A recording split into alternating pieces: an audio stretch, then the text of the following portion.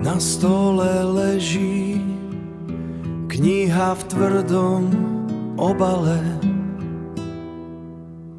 Kniha, čo má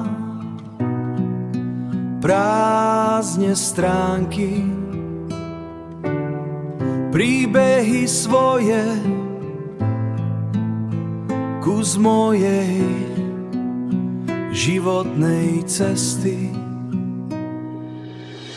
Tie príbehy, čo majú dušu, čo z nich cítiť láska, každú jednu, tú jednu vetu, čo v živote je strávená chvíľa, strávená chvíľa.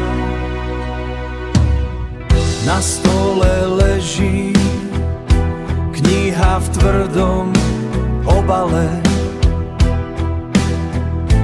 Doň vkladám príbehy svoje a čas sa mení v prach, len pravda v slove žije.